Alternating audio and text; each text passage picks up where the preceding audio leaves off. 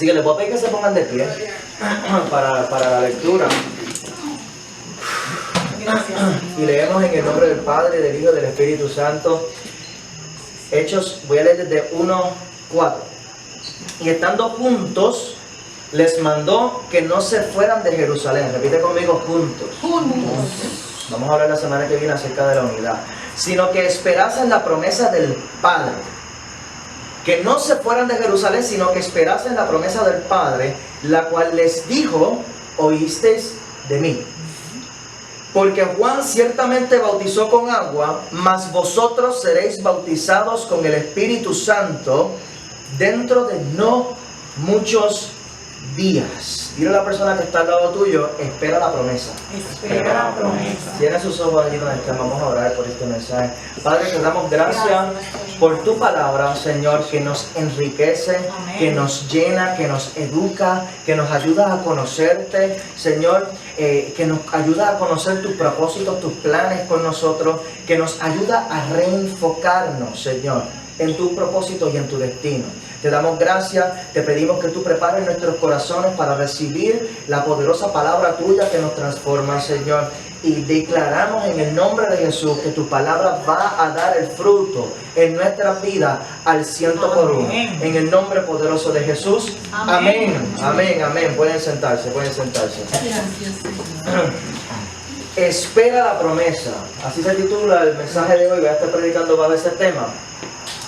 Para poder conquistar la promesa, el Señor me ministraba acerca de 3 cosas: perseverancia, perspectiva y paciencia. Perseverancia, perspectiva y paciencia. Antes de poder entrar en Hechos capítulo 1, en la historia de lo que está pasando aquí, quiero que podamos hablar acerca de la perseverancia, porque es un requisito. Es un requisito para poder entrar en el cumplimiento de las promesas de Dios. Amén. Se requiere perseverancia, se requiere perseverancia. Y te voy a hacer esta pregunta. ¿Tú sabías que hay bendiciones que no has recibido porque no las esperaste? Ay, santo. Bendiciones que no recibiste porque no las esperaste. No esperamos lo suficiente. A lo mejor si hubiéramos esperado un poquito más. A lo mejor si no hubiéramos saltado ese paso. A lo mejor si no nos hubiéramos desesperado. Les voy a leer, para hacer una comparación, les voy a traer el ejemplo de un hombre que se perdió una gran bendición por no saber esperar. Y esta es de la historia de Saúl. Quiero traerlo como introducción. Un análisis, una comparación entre Saúl y David en este tema de la espera. Dice la palabra en 1 Samuel capítulo 13, 1 Samuel capítulo 13, dice que estaba Saúl con su ejército, el ejército de Israel, estaban preparándose para una batalla contra los filisteos. Y dice la palabra que se juntaron para pelear contra Israel 30,000 carros, 6,000 hombres de a caballo y pueblo numeroso como la arena que está a la orilla del mar. 1 Samuel 13, 5. Eran muchos. Dile a una persona que está al lado tuyo: eran muchos. Eran muchos. A tal nivel, mira esto: cuando los hombres de Israel vieron que estaban en estrecho, porque el pueblo estaba en aprieto. Y el autor le pone esto entre paréntesis aquí: porque el pueblo estaba en aprieto. ¿Usted se ha sentido en aprieto en ocasiones? ¿Alguna vez? El aprieto nos puede llevar a desesperarnos, es una reacción natural. De momento nos sentimos amenazados, apretados y nos desesperamos. Mira lo que pasó aquí. Se escondieron en cuevas. Pasaron el Jordán a la tierra de Gad y de Galaad. Pero Saúl permanecía aún en Gilgal. Mira que él permaneció, este hombre permaneció, Saúl permaneció. Y todo el pueblo iba tras él temblando. Estaban asustados. Versículo 9, continúa. Entonces dijo Saúl: traedme holocausto y ofrendas de paz. Y ofreció el holocausto. Ellos hacían estas ofrendas que levantaban al Señor para poder buscar el favor de Dios. Así que era importante que esto se diera antes de ellos entrar en batalla contra los filisteos. Que ellos pudieran hacer este ritual, sacrificar estos animales para implorar el favor de Dios. ofreció el holocausto. Versículo 10 dice, y cuando él acababa de ofrecer el holocausto, dile a la persona que está al lado tuyo, lo había acabado de hacer. Ya lo acabó de hacer. Lo había acabado de hacer. Cuando acababa de ofrecer el holocausto, he aquí Samuel que venía. Samuel que venía. Y Saúl salió a recibirle para saludarle. Samuel, qué bueno que llegaste. Entonces Samuel le dijo, ¿qué has hecho? Y Saúl respondió, porque vi que el pueblo se me desertaba. Y ese era el aprieto de Saúl. Él veía que la gente le desertaba, que la gente se le iba, que la gente se le metía en las cuevas, que la gente se le escondía. Los recursos que él tenía para poder ganar esa batalla, de momento él podía ver que se le iban. Eso nos da desespero a veces. Nos va a quedar solo para pelear esta batalla. Lo que yo pensé que me iba a respaldar, los chavitos que me quedaban. Ajá. Y que tú no venías, porque vi que el pueblo se me desertaba y que tú no veías dentro del plazo señalado, y que los filisteos estaban reunidos en Micmas. Me dije, ahora descenderán los filisteos contra mí a Gilgal, y yo no he implorado el favor de Jehová. Me esforcé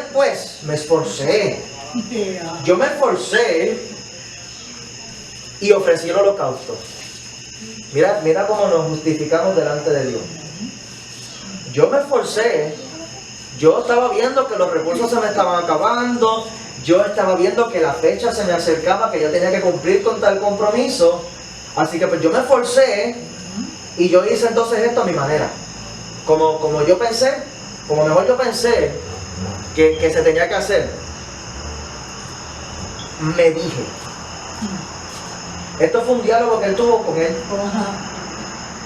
Los creyentes tenemos que parar de tener estos diálogos internos yo conmigo mismo. Porque si para algo Cristo murió en esa cruz, fue para que ese velo se rasgara y nosotros pudiéramos tener acceso al Padre. Yo soy el camino, la verdad y la vida. Cuando nosotros nos montamos en Jesús y comenzamos a andar ese camino, la verdad de Dios, nosotros tenemos acceso a la verdad de Dios. Hay decisiones que nosotros tomamos sin saber, de manera ignorante, pero no le podemos reclamar a Dios por nuestra ignorancia, porque el acceso a la verdad lo tenemos. Santo, sí, Señor. El acceso a la verdad, el acceso a la vida. Hay decisiones que nosotros tomamos de una manera ignorante que de momento nos llevan a una muerte. Y no nos podemos justificar delante de Dios, no le podemos reclamar a Dios, porque el acceso a la vida lo tenemos también a través de Él. Jesús dijo, yo di mi vida para que tú tuvieras un camino, para que tú pudieras llegar a la verdad y a la vida en mí. Nosotros no lo podemos. Yo me dije. Lo que pasa es que cuando yo me vi tan apretado, pues yo me dije, pues mira, me va a llegar esta fecha, yo no quiero incumplir. Así que yo voy entonces a meter mi mano y yo voy a hacer esto a mi manera, porque yo me dije, vamos a comenzar a incluir a Dios en nuestros diálogos internos. No deberían ser yo me dije, deberían ser yo le dije y yo esperé su respuesta. Santo. Ahí yo te aseguro que nuestras decisiones y los resultados de nuestras decisiones van a ser bien diferentes. ¿Cuántos dicen amén? Amén. Continúa entonces el versículo 13, 1 Samuel 13:13. Entonces Samuel dijo a Saúl, locamente has hecho. Locamente has hecho. Mira qué fuerte. Locamente has hecho, no guardaste el mandamiento de Jehová tu Dios que Él te había ordenado. Mira que nosotros la información la tenemos ya. La manera correcta de hacerlo, ya nosotros lo tenemos. Ya Dios nos lo había ordenado. Pues ahora Jehová, mira esto.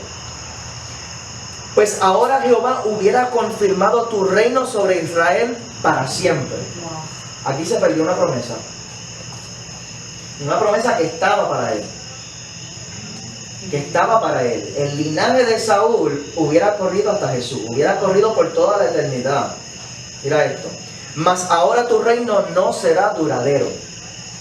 Jehová se ha buscado un varón conforme a su corazón, al cual Jehová ha designado para que sea príncipe sobre su pueblo, por cuanto tú no has guardado lo que Jehová te mandó.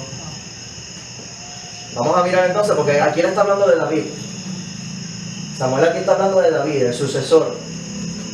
Pero, ¿por qué David era un varón conforme al corazón de Dios? Vamos a hacer la comparación.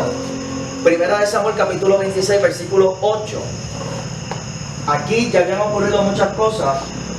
David ya había peleado contra Goliat, lo había tumbado. David entonces gana el favor del rey y del hijo del rey. Ellos se lo traen.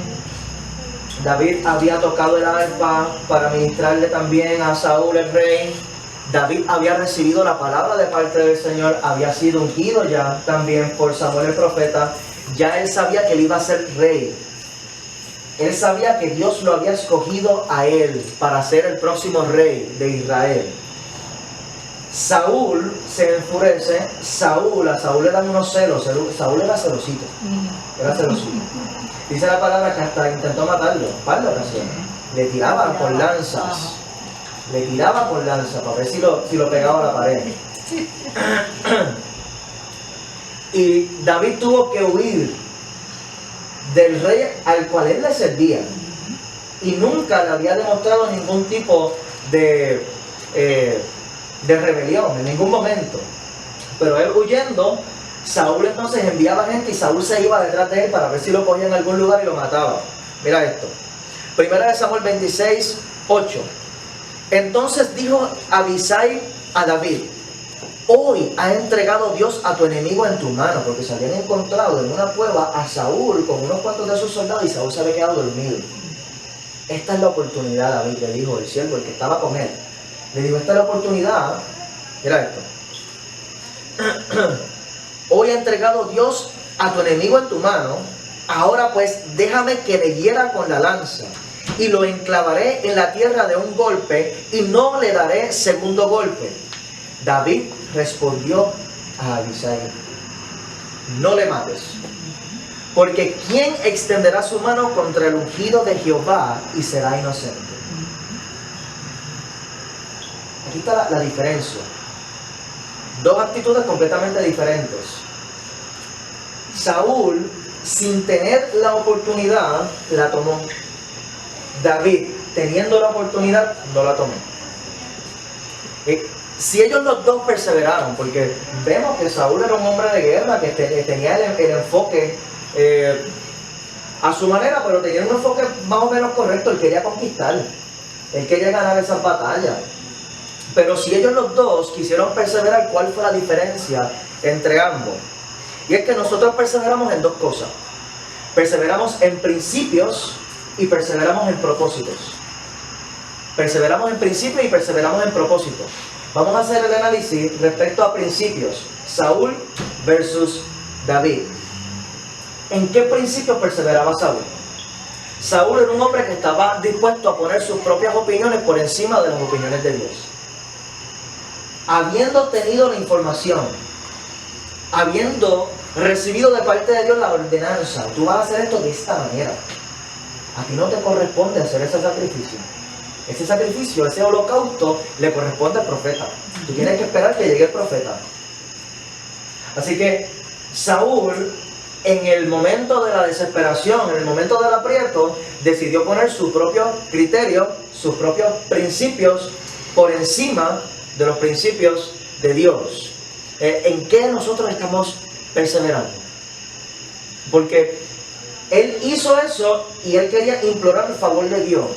Hay veces que nosotros queremos hacer las cosas bajo los principios del mundo, a la manera del mundo, a la manera como nosotros lo aprendimos acá, de la manera en que me lo enseñaron mis papás, o de la manera en que me lo enseñaron mis panas o mis amigos, la manera en que lo aprendí por acá con las nenas con quien yo hablo, la manera. Y entonces acá nosotros desarrollamos unos principios sobre cómo yo voy a llevar mi relación, sobre cómo, qué voy a hacer aquí en el trabajo, cómo yo voy a manejar el dinero, qué yo debo hacer y estamos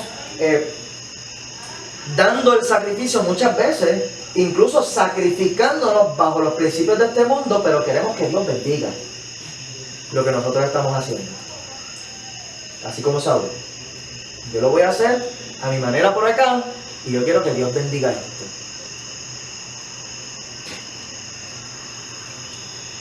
No voy a dar más ejemplos, porque ustedes deben tener ya la idea de lo que están hablando. ¿Se entiende lo que estoy hablando? ¿Verdad? Amén. Ok, amén. Sin embargo, David, mira esto. David perseveró en los principios de Dios incluso en ocasiones donde no le convenía. Donde no le convenía. A David le convenía matar a Saúl en ese momento cuando Saúl estaba desprevenido. Cogerlo allí, darle allí la lanza y ya, y yo voy a comenzar porque Dios a mí me dijo que yo voy a ser rey. Y como Dios me dijo que yo voy a ser rey, ¿qué es lo que yo tengo que hacer? Yo tengo que sacar a Saúl del panorama. Pero él decidió poner el principio de Dios por encima de su propio criterio, por encima de su conveniencia. Ahora, en cuanto a propósitos, Saúl perseveró en sus propios propósitos, honrando su propia misión más que la misión de Dios. Más que la misión de Dios. Nosotros necesitamos también hacer este análisis. ¿Cuál es el camino que yo estoy trazando delante de mí? ¿Qué es lo que yo quiero? Porque en base a lo que yo quiero, es lo que yo voy a estar haciendo. Esos son los pasos que yo voy a estar dando. Amén. David perseveró en los propósitos de Dios, honrando la presencia de Dios más que su propia misión. David era un tipo que estaba dispuesto a paralizar los planes del reino. Cuando David se hizo rey, cuando Dios eventualmente lo instituyó, él no tuvo que pelear contra Saúl. La pelea que es de Dios, tú no puedes asumirla. Lo que Dios te ha dicho, si el plan que tú estás escogiendo para poder alcanzar lo que Dios te ha dicho va en contra de los principios de Dios, es un camino que va a descalificar, va a descartar la promesa, la va a eliminar, la va a sacar del panorama por completo. Pero cuando nosotros decidimos caminar de una manera que honre a Dios, tarde o temprano, Dios te va a dar la victoria sin tú tener que pelear la batalla. ¿Cuántos saben que nosotros somos más que vencedores? Eso es. Más que vencedores, porque esa batalla que peleó Jesucristo por el perdón de nuestros pecados, por la vida en abundancia que Jesús nos promete, a nosotros no nos tocó pelear esa batalla. Jesús la peleó Él solito. Por eso es que nosotros somos en Él más que vencedores, porque Jesús es vencedor. Jesús es vencedor. Y en la victoria de Jesucristo yo soy más que vencedor, porque yo no tuve que pelear esa batalla. David tampoco tuvo que pelear esa batalla. Dios la peleó por él. Y eventualmente Saúl fue eliminado del panorama sin que David tuviera que sacrificar los principios de Dios. Dios lo llevó hasta allí, de una manera honrada, de una manera digna, con la cabeza en alto. Cuando él llegó entonces al reino, de lo primero que hizo fue ir a buscar al arca del pacto. Porque él sabía, yo tengo una idea sobre qué se debe hacer aquí, pero yo no quiero hacer nada sin la presencia de Dios. Yo no quiero hacer nada sin buscar primero esa dirección de parte del Señor. Y esa dirección de parte del Señor se busca en su presencia. Nosotros tenemos que dejar todo lo que estamos haciendo para ir allá a buscar el arca del pacto. Y movilizó toda la gente y todos los recursos necesarios para ir allá a buscar el arca del pacto, para traerlo de regreso a Jerusalén. Así que los resultados del cumplimiento de la promesa, comparando también Saúl versus David. Saúl, el linaje de Saúl fue cortado del plan eterno de Dios. Lo que a él le correspondía, porque Saúl sí fue un escogido por Dios. Por el contrario, David, que no fue el plan original posiblemente, David fue insertado al plan eterno de Dios. Y el linaje de David sí continuó. Y David, nosotros vemos en ese primer capítulo de algunos de los evangelios, de Mateo, no estoy seguro si Marcos también lo tiene, que habla del linaje. Cómo fue que llegamos hasta Jesús. Y menciona a todas las personas. Y qué honor para David que su nombre estuviera allí. Que él hubiera sido insertado dentro de ese plan de Dios y que eso entonces pudiera llegar eventualmente hasta Jesucristo. Así que Dios está acabando con el reino de Saúl en tu vida y en mi vida. El esfuerzo de Dios es para acabar con el reino de Saúl en nuestras vidas, para levantar el reino de David en nosotros. Acabar con nosotros una actitud de desesperación, acabar con nuestra ansiedad, acabar con nuestro desespero, para levantar en nosotros una confianza plena en Dios. Y David en ese momento pudo haber dicho, yo no veo más ninguna otra manera de Dios poder darme lo que Él me prometió. Lo único que yo veo es matar a Saúl. Pero eso no es. Así que yo voy a poner por encima de lo lógico. Voy a poner por encima de lo que mis ojos están viendo. Yo voy a poner por encima mi confianza en Dios. Yo voy a poner por encima mi confianza en Dios. Y Dios está transformándonos de esa manera para provocar en nosotros una perseverancia en lo que permanece. Porque nosotros muchas veces podemos perseverar en cosas que desvanecen. Y que muchos lo hacemos. Perseveramos en unas cosas como Saúl. Yo persevero con este plan y yo voy con esto y yo voy con esto y de momento esto se nos desmorona en las manos porque eso nunca era la manera de Dios de hacer las cosas. Dios quiere levantar en nosotros una actitud de poder confiar en Dios lo suficiente como para poder perseverar y esperar. Señor, porque yo sé cómo tú operas y no es de esta manera. Así que yo voy a esperar. Yo no sé cómo tú lo vas a hacer, pero yo sé que yo puedo confiar en ti. Yo sé que yo puedo confiar en ti. Así que, volviendo entonces a Hechos capítulo 1, en la lectura, dice la palabra que Jesús les dio ordenanzas a ellos de que esperaran la promesa. Porque dentro de no muchos días ustedes van a ser bautizados en el Espíritu Santo. Había una promesa que estaba sobre ellos y lo que les correspondía hacer era esperar. Y si nosotros leemos el resto de ese capítulo, en el capítulo 2, ellos en efecto reciben esa llenura del Espíritu Santo. Viene el Espíritu Santo sobre ellos, los llena. Y esto tiene un impacto sobre ellos y sobre la iglesia que ellos levantaron. Algo increíble que vamos a estar entrando en detalle la semana que viene. Pero ¿por qué ellos pudieron disfrutar el cumplimiento de esa promesa y hubo otros apóstoles que no pudieron? Otro apóstol, por mencionar a uno que es Judas, uno que no pudo llegar a poder disfrutar el cumplimiento de esa promesa. ¿Por qué unos sí y otros no? Aquí vamos a hablar de perspectiva. Lo primero que hablamos fue perseverancia. Vamos a aprender a perseverar en lo correcto. Y lo segundo es perspectiva, porque dos personas pueden tener la misma experiencia y pueden mirarlo de una manera diferente. ¿No te ha pasado que a lo mejor tú entras a ver una película con alguien y esa película a ti te conmovió de una manera que tú sales como que wow, de verdad que esta película a mí me encantó tal parte, me encantó tal otra parte, pasó esto me habló, de momento yo me puedo identificar con tal personaje y la persona que está al lado tuyo sale como, no me gustó, ¿te han dicho? No me gustó, a mí no me gustó. Pero ¿cómo es posible si la película tuvo esos efectos, esa trama, ese plot allí, las interacciones entre ellos? No sé, normal. Vamos a hablar de perspectiva. Porque Judas tenía una perspectiva bien particular. Quiero que vayan conmigo a Juan capítulo 12, versículo 3. Vamos a ver cuál fue la perspectiva de Judas. ¿Por qué fue que él no pudo ver las cosas de la misma manera que los demás apóstoles, quienes sí pudieron llegar, quienes pudieron esperar, quienes pudieron perseverar hasta poder ver el cumplimiento de esa promesa? Juan capítulo 12, versículo 3. Amén.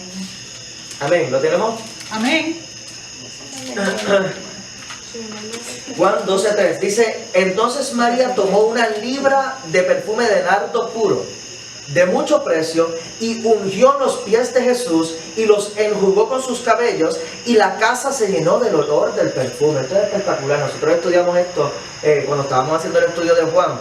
Estábamos hablando de la adoración y la adoración que transforma atmósferas. Mira cómo ese perfume de momento cambió todo el olor en ese lugar. Versículo 4 continúa: y dijo uno de sus discípulos, Judas Iscariote, hijo de Simón, el que le había de entregar. Mira lo que dijo Judas: ¿por qué no fue este perfume vendido por 300 denarios y dado a los pobres?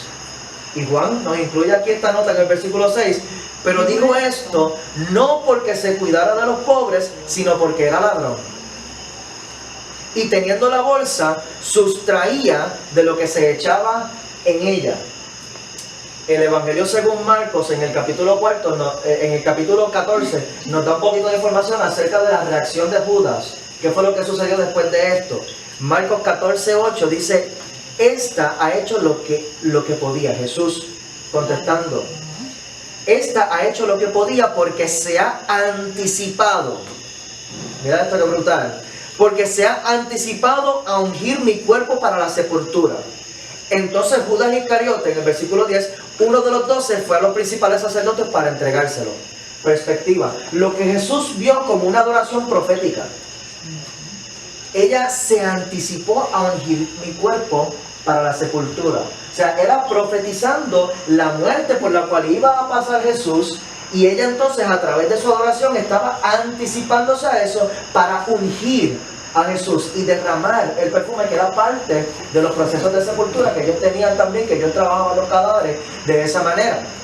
Así que ella estaba provocando, y Jesús pudo ver una adoración profética que estaba anticipándose a lo que iba a suceder. Cosas grandes pueden suceder en medio de la adoración cuando nosotros estamos dispuestos a sacrificar lo mejor de nosotros.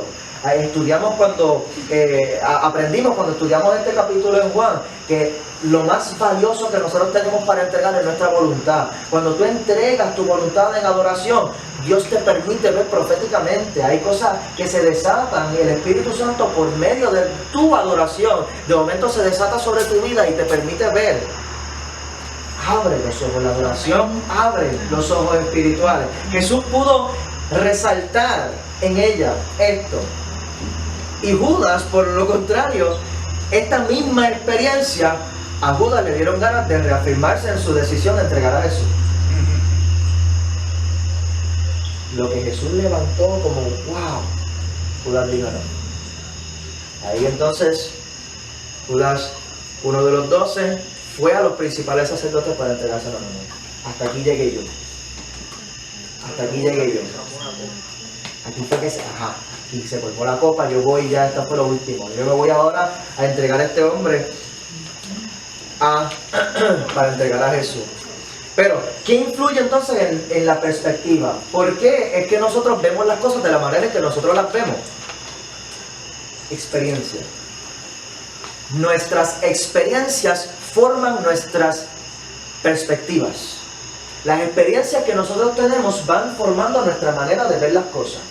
Van determinando, en cierto sentido, la manera. Si yo pasé posiblemente por una experiencia de pobreza cuando yo me estaba criando, pues yo voy a tener una perspectiva acerca del dinero muy diferente a una persona que se cría dentro de una familia con recursos económicos.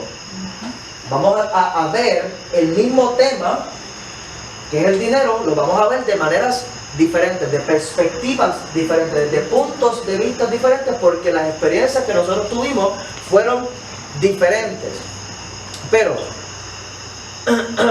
en Hechos, volviendo a Hechos capítulo 1, el versículo 6 nos deja saber que todos ellos tenían la misma expectativa, porque el pueblo judío estaba subyugado por el imperio romano y llevaba unas cuantas generaciones bajo diferentes imperios teniendo que ser sometidos, ¿verdad? Desde Babilonia, desde los medo-persas, Roma. Así que ellos estaban esperando su liberación. Y ellos habían interpretado, estamos hablando de perspectiva, ellos habían interpretado las profecías en base a su experiencia. Así que si su experiencia era una de subyugo, ellos estaban esperando que la promesa se cumpliera a través de una salvación política.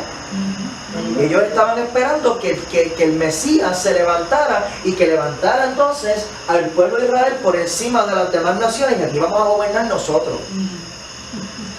Y eventualmente eso se va a cumplir cuando Cristo establezca su reino del milenio, donde desde Jerusalén, Jerusalén va a ser el centro de operaciones donde se van a gobernar todas las naciones.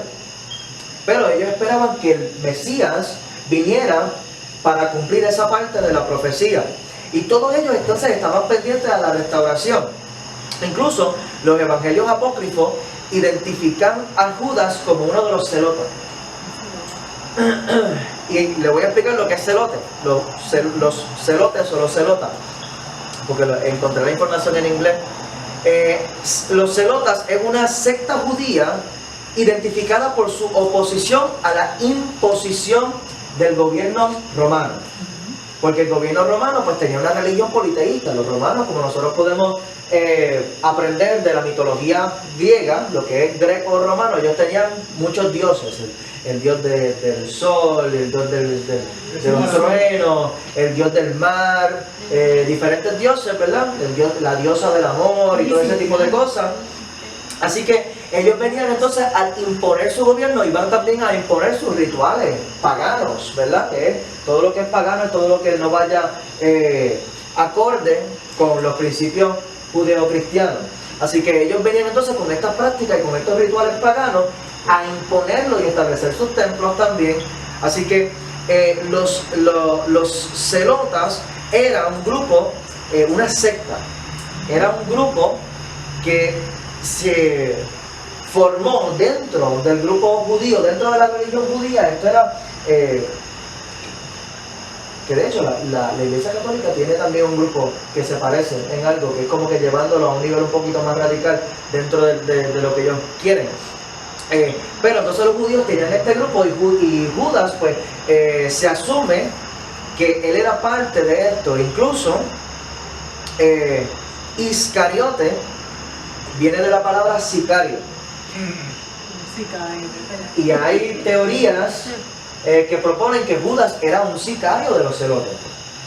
Que ellos se identificaban con unos puñales, ellos tenían unos puñales específicos que usaban, y aparentemente Judas era uno de estos. O sea, él estaba en este grupo que estaban todos los judíos esperando que se levantara el Mesías para liberar al pueblo, y entonces dentro de los judíos había este otro grupo que era un poquito más radical. Era un grupo que estaba dispuesto a hacer un poquito más que los demás para poder lograr el objetivo, para poder lograr esa promesa que ellos estaban esperando de que el pueblo de Israel iba a ser liberado.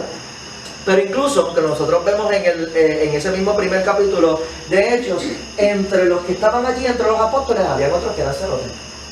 Simón, uno de los que ellos, Lucas, que es el autor de Hechos, él menciona que entre ellos estaba Simón, el celote.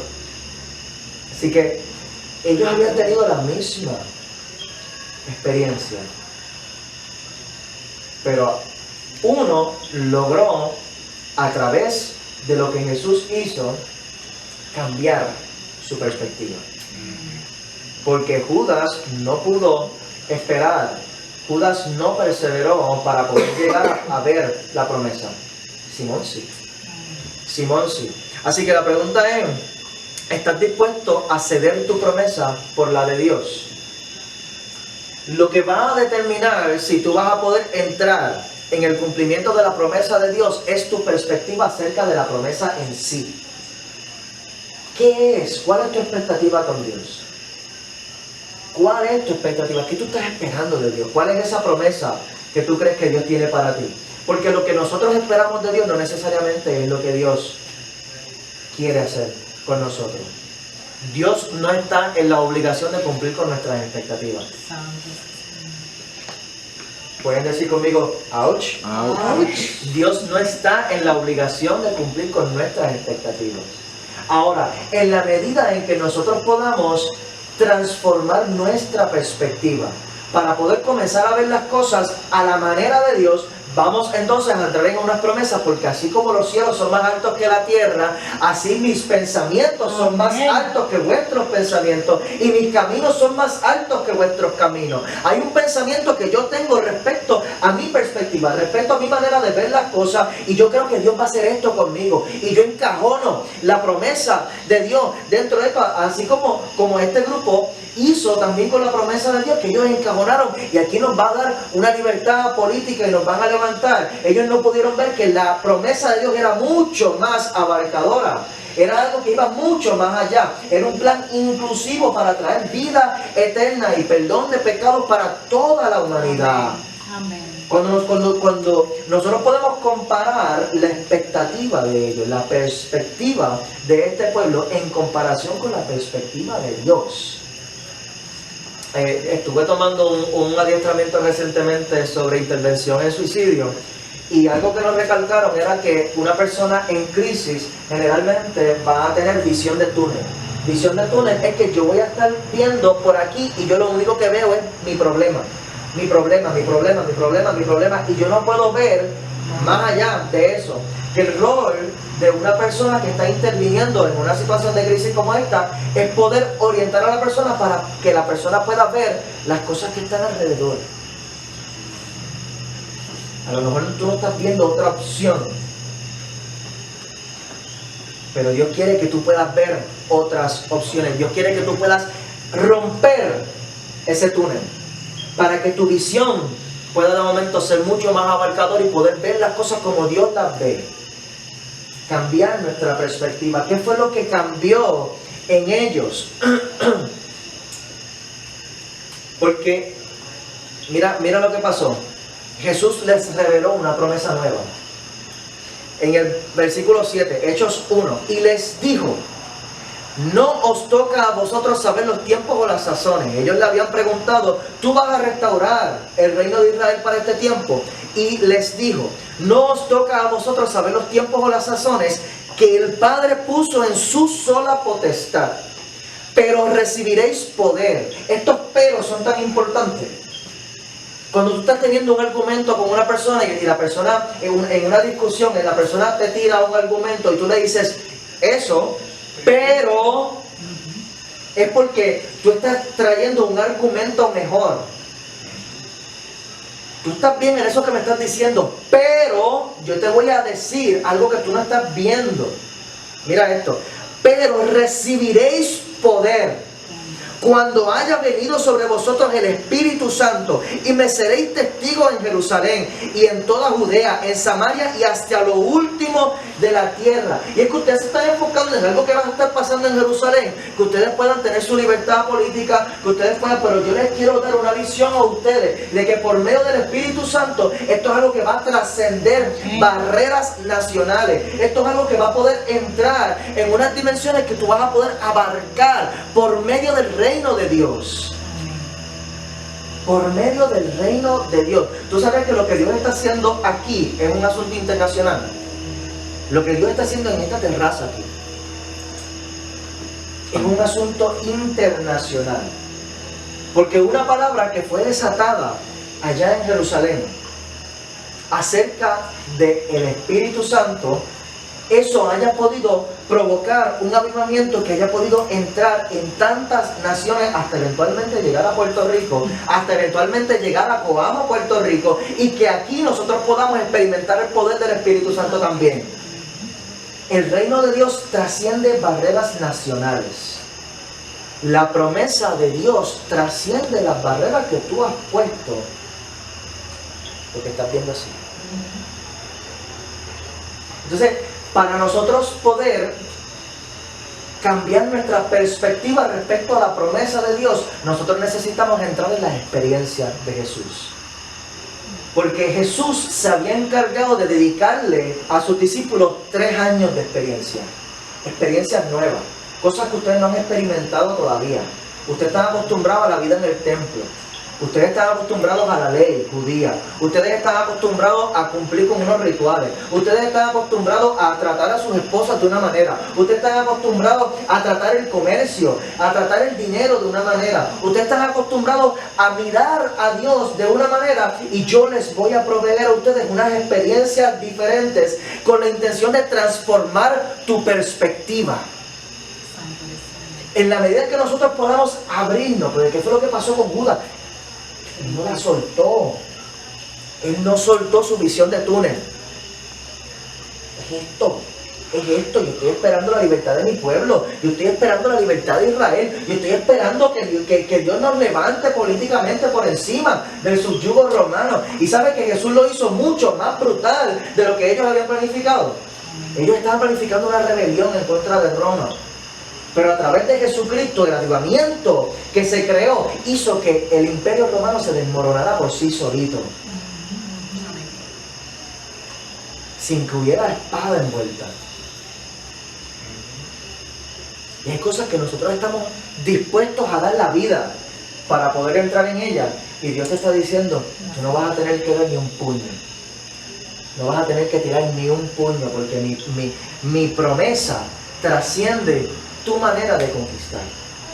Así como mis caminos son más, así como los cielos son más altos que la tierra, mis caminos son más altos que vuestro camino. Tu manera de hacer las cosas se queda acá abajo en comparación con mi manera, con mi camino.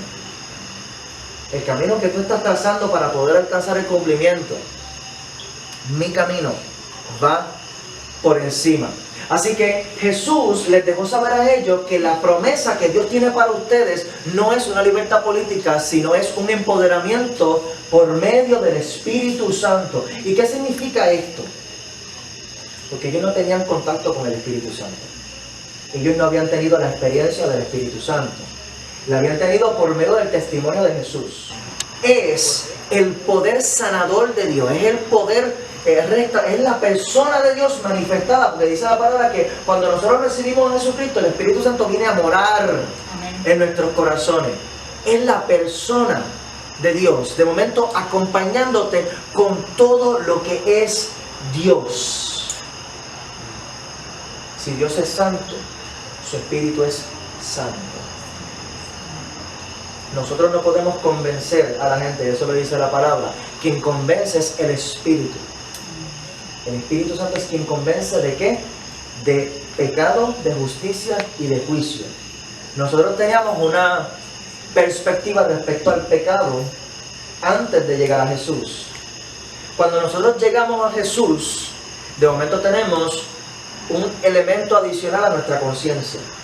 Porque nuestra conciencia es nuestra perspectiva que fue formada por medio de nuestra experiencia.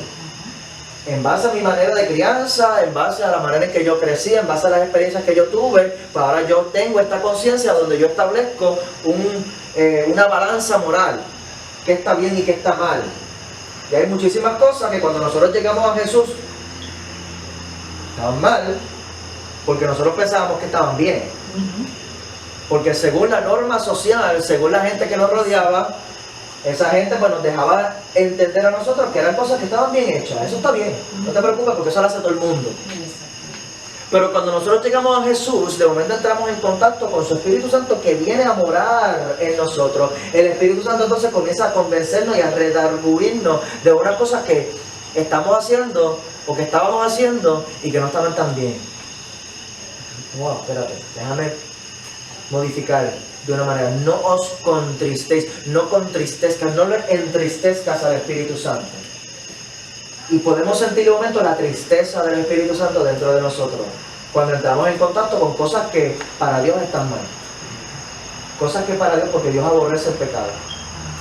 Y de momento entramos en contacto, entramos en un ambiente donde hay un tema de conversación que, wow, se siente tan mal.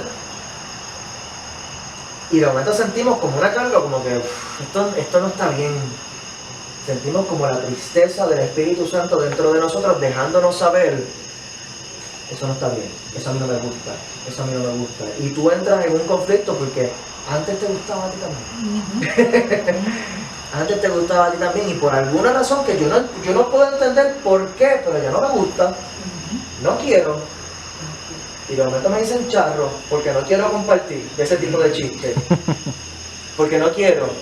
Y porque tú no quieres, pero ¿qué pasa? ¿Sabes, charro, vente? No voy a ir. Pero si antes tú venías antes. Porque ahora tuve una experiencia nueva. Amén. La vieja criatura. Nueva criatura, amén. De momento soy nueva criatura. Dios está haciendo algo nuevo en mi vida.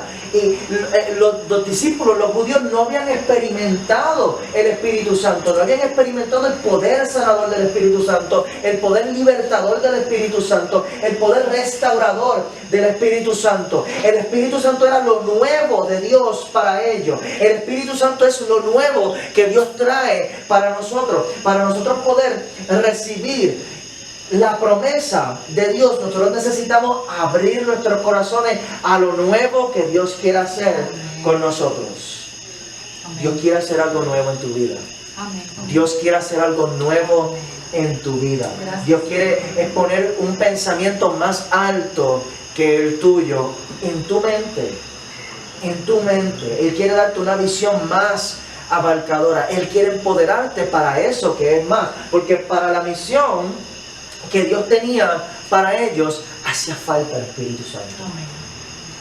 A lo mejor para darle la conquista política, hacía falta un hombre de guerra, un general de ejército, un hombre con estrategias de batalla, un hombre carismático que pudiera convocar a todo el pueblo judío y levantar entonces una revolución en contra del Imperio Romano.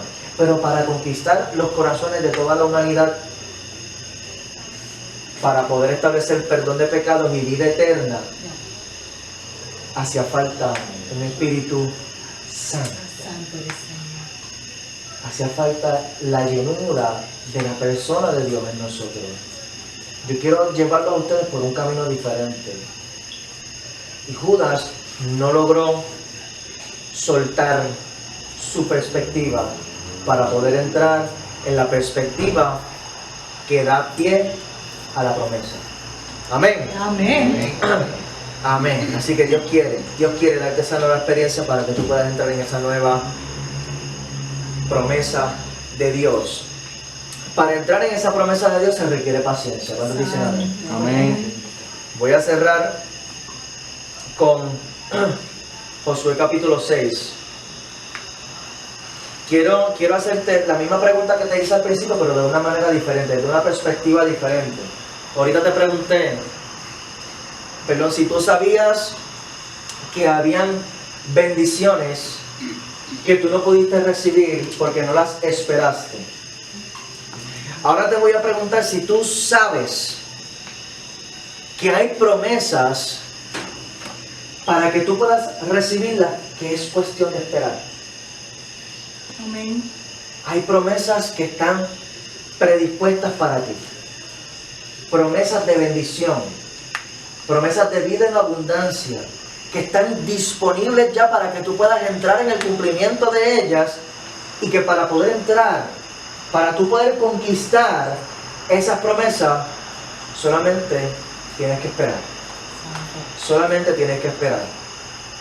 Josué capítulo 6 narra la historia cuando ya el pueblo de Israel había salido de la esclavitud en Egipto, habían atravesado el desierto, habían muerto unas cuantas generaciones de ellos por ese desierto y ya Dios los había posicionado frente a su promesa, frente a la tierra de Canaán, tierra donde fluye leche y miel, tierra que yo te he entregado, les dije el Señor. Pero entre medio había una ciudad, la ciudad de Jericó. Y te voy a leer desde el versículo 1, Josué capítulo 6, versículo 1. Dice, ahora Jericó estaba cerrada. Oh, ¿y qué problema? ¿Qué problema? Dice, bien cerrada. A causa de los hijos de Israel, nadie entraba ni salía. Dice la palabra que ellos tenían hasta temor. La gente en Jericó habían escuchado todas las maravillas que el Dios de esta gente abre los mares en dos y esta gente de momento puede caminar por el medio del océano. Esta gente, el Dios de ellos, ese Dios hace caer pan del cielo y los alimenta sin ellos tener que irse a cazar ni nada. Y habían escuchado todas estas cosas y ellos tenían miedo. Pero Jericó estaba bien cerrada. Mas Jehová dijo a Josué, mira, yo te he entregado en tu mano a Jericó y a su rey con sus varones de guerra. Yo te lo he entregado. Ahí está la promesa. Yo te lo he entregado. Lo que está entre medio de tú y tu promesa, ese obstáculo que está entre medio, ya Dios te lo entregó. Ya Dios te lo entregó. Yo he entregado en tu mano a Jericó. Rodearás pues, en el versículo 3, la ciudad, todos los hombres de guerra, yendo alrededor de la ciudad una vez, y esto haréis durante 6 días. 6 días. Y 7 sacerdotes llevarán 7 bocinas de cuernos de carnero durante el arca. Y al 7º día daréis 7 vueltas. Qué montón de 7, ¿verdad? Número perfecto de Dios. Amén. Y al 7º día darás 7 vueltas a la ciudad. Y los sacerdotes tocarán las bocinas. Y cuando toquen prolongadamente, dile a la persona que está al lado tuyo, prolongadamente. Dile a la persona que está al lado tuyo, no te canses. No te canses. Dile, no te rindas. No te rindas. Es cuestión de tiempo. Es cuestión de tiempo. Es cuestión de tiempo. Y cuando toquen prolongadamente el cuerno del carnero, así que oigáis el sonido de la bocina, todo el pueblo gritará a gran voz y el muro de la ciudad caerá. Amén. Entonces subirá el pueblo, cada uno derecho hacia adelante, derecho hacia adelante, derecho hacia adelante. Dios no quiere que te desvíes. Dios no quiere que tú mires a los lados. Dios no quiere que tú desvíes tu mirada de la promesa, porque la promesa está delante de ti. La tierra de Canaán, la tierra que Dios les prometió a ellos, donde fluye leche y miel, donde ustedes van a tener todo lo que necesitan, donde tú vas a tener todo lo que tú necesitas, está delante de ti. Amén. Corre derecho hacia adelante, derecho hacia adelante. Amén. Y mira lo que sucedió en el versículo 20. Entonces el pueblo gritó y los sacerdotes tocaron las bocinas, y aconteció que cuando el pueblo hubo oído el sonido de la bocina, gritó con gran vocerío y el muro se derrumbó. Amén. El pueblo subió luego a la ciudad, cada uno derecho hacia adelante, y la tomaron. Tomaron la ciudad. Yo te voy a pedir que tú te pongas de pie. Amén. Gloria a Dios. No la pares. Yo te voy a pedir que tú pongas de pie, porque es que la espera desespera. Santo. Yo sé que la espera desespera. Y Dios lo sabe. Dios sabe, es una respuesta natural. Que de momento tú veas que la fecha límite se acerca. Tú ver que se te acaba el tiempo. Tú ver que esto sigue pasando y la situación no mejora. Y a lo mejor, como el pueblo de Israel, tú te sientes como dando vueltas en círculo. Pero ¿cómo que 7 vueltas? ¿Cómo que 7 vueltas? ¿Por qué 7 vueltas? Y a lo mejor la primera la hicieron el primer día. Son 7 días corridos. Y el primer día lo más seguro salieron pompeados. Vamos allá. Y Dios dijo que las murallas se van a caer, que se van a derrumbar. Se recogieron el segundo día, volvieron a salir. Y vamos a dar otra vuelta. Y estamos pompeados todavía. Creemos en la promesa. La tierra de Canaán está delante de nosotros. El tercer día salieron otra vez. Y ya están un poquito cansados. ¿Te sientes un poquito ridículo dándole vuelta a esta ciudad? Yo no sé, yo lo estaba pensando ahorita, pero ¿por qué Dios nos va a decir? Si Dios es poderoso, si Dios es todopoderoso, si no hay nada imposible para Él, si Él puede sanar a un paralítico por solamente decir una palabra, si Él puede tocar a una persona y levantar multitudes, ¿por qué me está haciendo a mí dar tantas vueltas? Y a lo mejor ya en el 5.º día, ya ellos estaban como que pensándolo mucho. ¿Qué pasa? ¿Por qué Dios nos hizo esperar 7 días y nosotros esperando si la promesa está allí delante de mí? Y a lo mejor ya el 6.º día era como es posible, pero ellos se levantaron. José fue y les habló, y tú tienes que recibir esa palabra, porque te toca dar esas 7 vueltas en el 7.º día.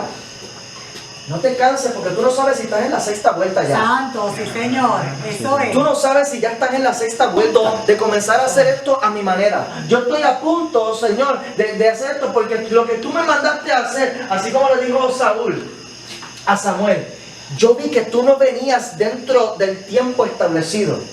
Dentro del tiempo señalado yo no te he visto, Señor. Dentro del tiempo que yo esperaba poder ver la manifestación de tu promesa, de tu propósito, yo no lo he visto. Así que yo empecé a hacer las cosas en mis manos. Ese mismo día llegó Samuel. Llegó dentro del tiempo señalado. Pero es que el tiempo no lo señalas tú. Eso es. El tiempo no lo señalas tú. Y tú estás caminando en obediencia, y esa primera vuelta llegó el 7.º día y tú estás dando el todo, y tú estás motivado, y tú estás pensando, pero ¿cómo que tengo que gritar cuando llegue esa 7.ª vuelta? Que van a sonar esas bocinas. ¿Cómo es posible? Pero tú no sabes si estás en esa 6ª vuelta ya. Estás cerca, estás demasiado cerca. Cierra tus ojos allí. Santo y poderoso. Cierra tus ojos allí. Porque el Señor sabe que estás cansado de esperar.